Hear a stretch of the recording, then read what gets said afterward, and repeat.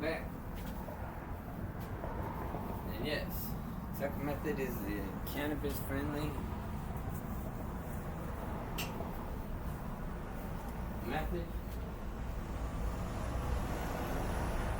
I myself suffered a lightning strike at a young age, at 11 years old, which left me with severe migraines, muscle spasms, and seizures. Yeah. Client of mine, Maritha, if I don't mind saying so, teaches me that, that sarcasm, it just kind of pumps you in the right direction when you know it's something you don't want to do. I can't wait for that shit. Kind of like all this, right? So, some days you just don't feel like it, man. But you gotta get after it anyway. You can't let that mentality and that attitude and that drive and that depression and all those things, anxieties, you can't let those win. Gotta do what's right for the body. And then the mind and spirit comes.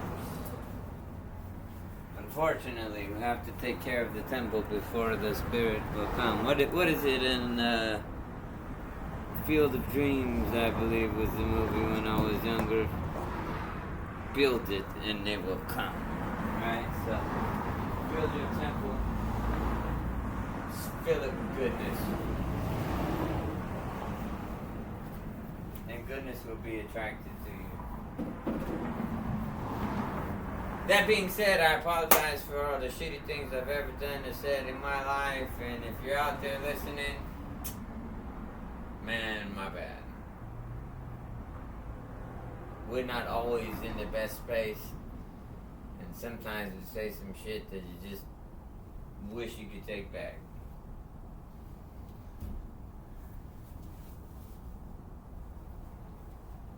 But you can't, most of the time.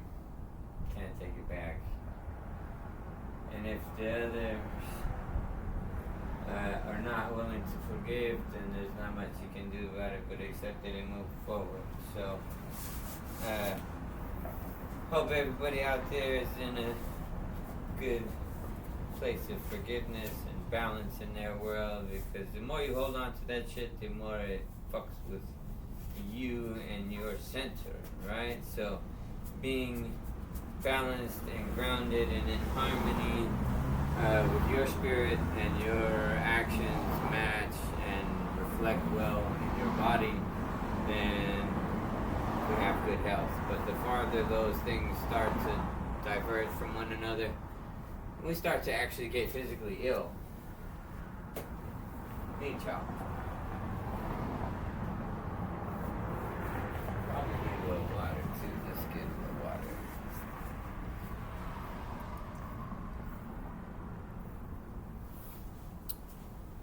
So see, our journeys are not just about getting fit.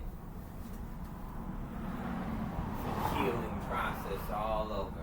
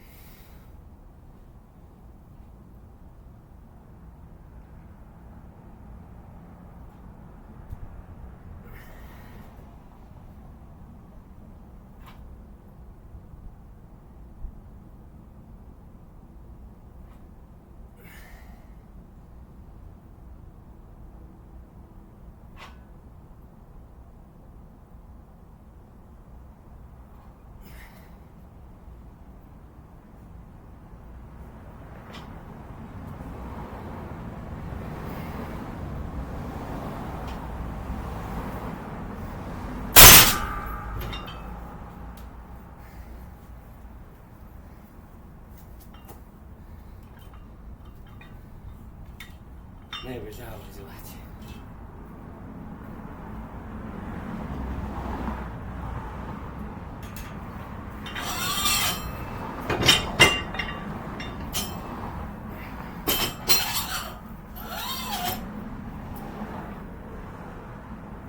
so we got a little bit of a bigger jump. That's gonna mean smaller rip ranges.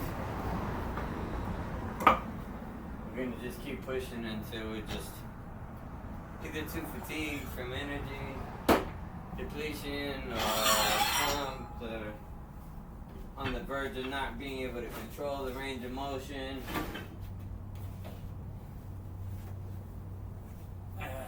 Which pushes us on the brink of injury. Right, so that's what we don't want to have happen, is injury. So train, practice, high volume, lightweight, increase the load as you're able to control it. This is going to allow us to build strength, endurance, balance, stamina, core strength, right? All of your little muscles develop along with the bigger muscles. Just because we have to control the range of motion and stabilize the weight. So, but like I said, be mindful. Sometimes it's back, sometimes it's up, sometimes it's rotations.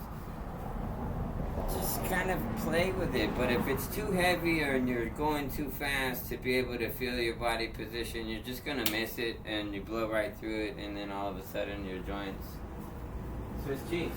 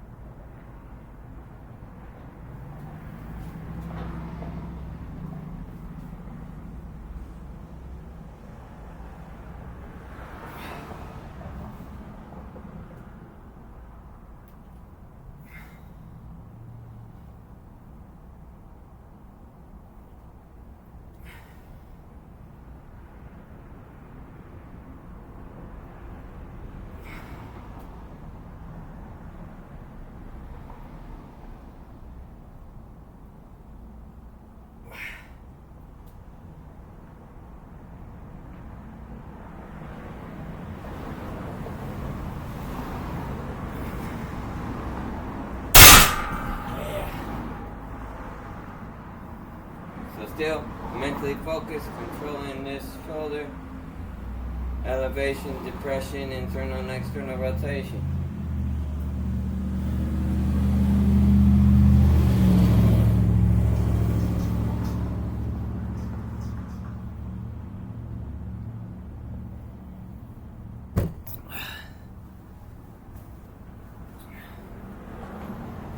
So here, because that failure range is right there at the 6,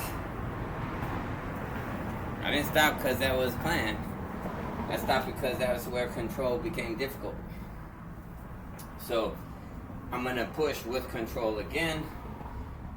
Same weight, we're not going to increase, we're just going to keep it right there at the 95 pounds. And we're going to just work on rehabbing and controlling that range, making sure that this is even and not twisting up together, down together, elbows under wrist. Okay, so we don't want any of this kind of weird wobbling happening, so we got to slow things down so we can pay attention to the control and symmetry. Because guaranteed, if you watch your video, you're probably shifted somewhere.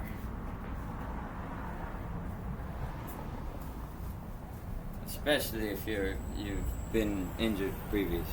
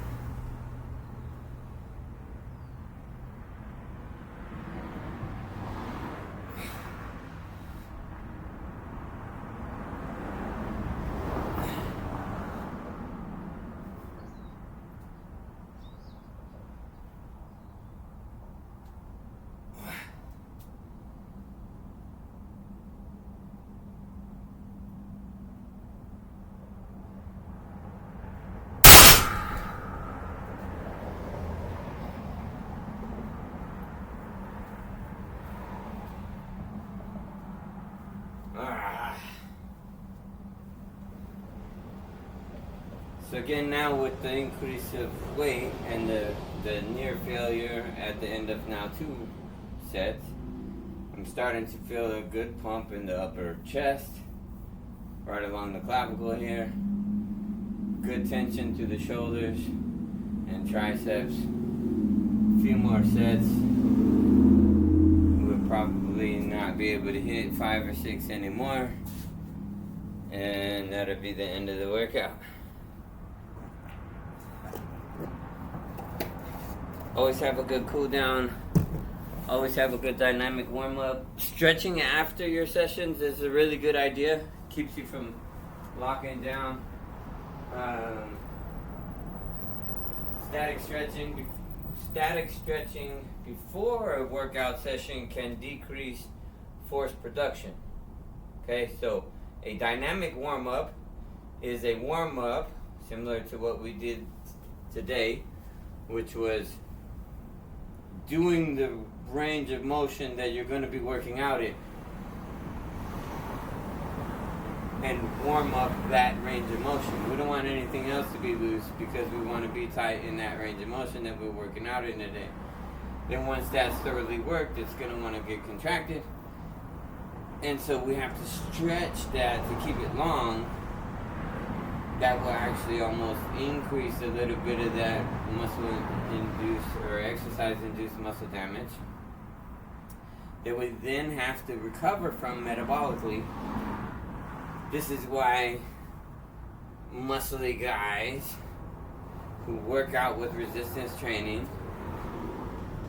have a higher rate of metabolism and basal metabolic needs, than someone who just does cardio, because once you're done exercising, your metabolic needs are done.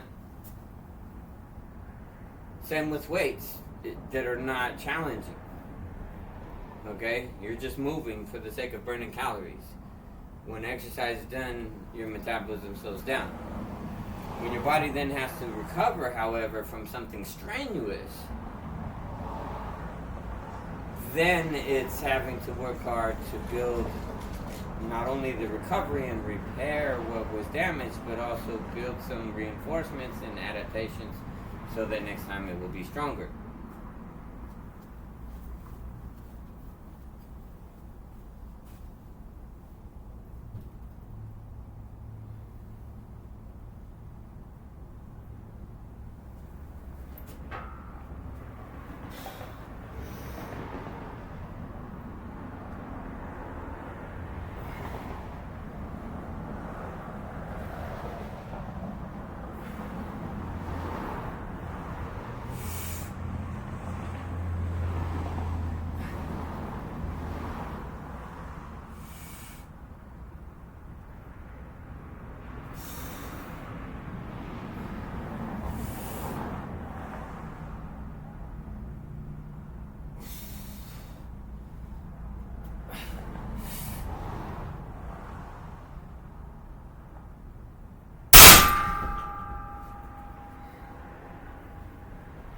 So this is an actual failure at 6.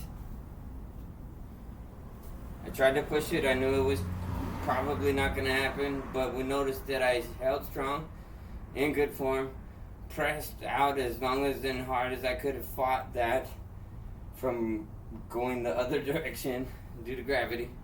So resisting gravity. And it just happened. So control with failure does not result in injury because we have control.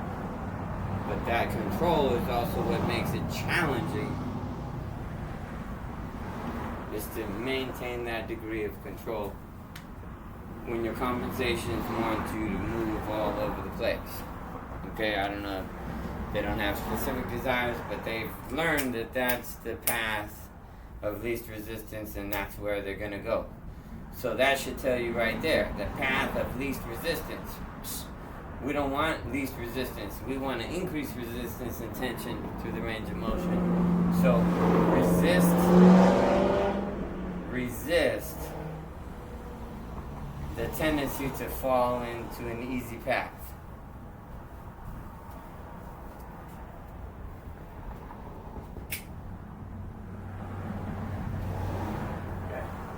water and some chalk, and then we'll get back on it. 1 or 2 more sets, and my shoulder's gonna feel right done. My upper trap right now is feeling a mega pump on the right side because it's actually getting used. Instead of the rotator cuff and the lat pinning it down, right? We want to make sure that we can get up overhead.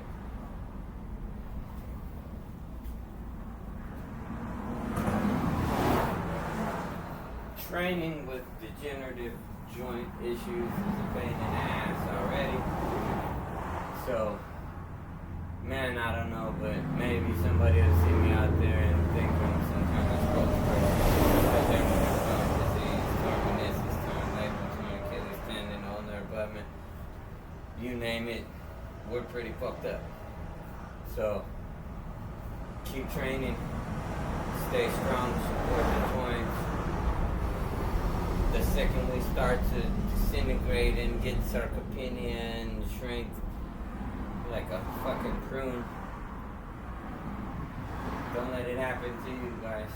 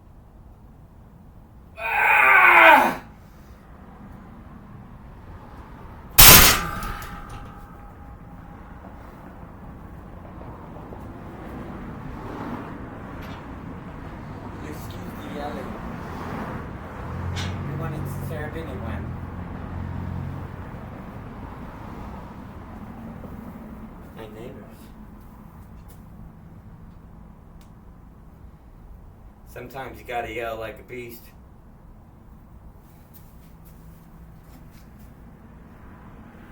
Yelling in the gym is like a kick in karate. It braces your core, restricts the airflow, makes everything in your core tight and ready for impact. Right, in this situation, it's the impact of a heavy load versus the transference of a load and momentum from an attack, right? So,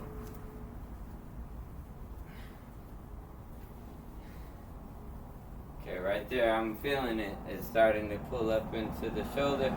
I feel the throbbing, pulsing. I'm gonna give it one more set, and then I'm gonna call it a day because I don't want to push the boundary of injuring that, which feels like right now probably the supraspinatus is a little toast. So we're gonna let some of the other muscles do the work, okay? Because the supraspinatus does this.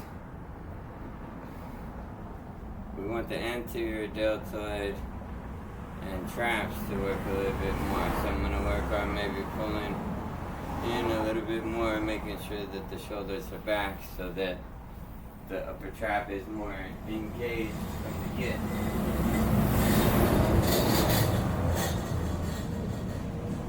And really all this is about just learning how each of these muscles moves, and again having control over that.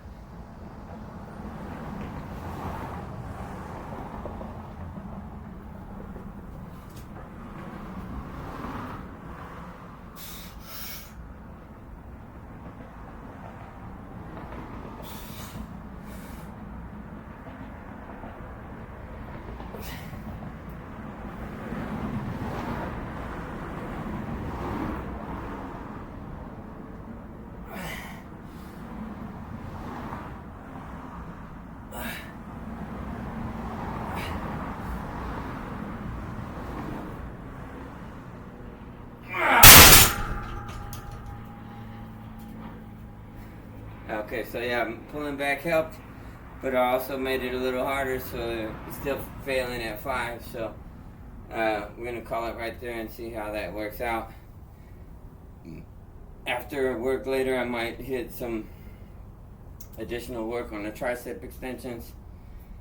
Friday, typically, however, is shoulder and arm day. So I'll be down at the San Jose office tomorrow. So we'll be doing some work there on shoulders, getting some shoulder boulders, getting some upper trap work done, and some bicep and tricep work. So check back in tomorrow. We'll see what's up. Have a good weekend. Plan out your weekend. Plan it out. Okay, so make sure that you have a plan. Make sure you have a plan for working out, some kind of activity, even if it's just walking. Okay, going on a hike. Nutrition. Make sure that we have a plan so that you don't go into the weekend and get blindsided with activities and food and stuff. Okay? And when indulging, like, keep in mind portions, okay? Indulgence foods are typically high calorie, so keep the portion sizes lower than what you would want, right? Have a taste, a bite.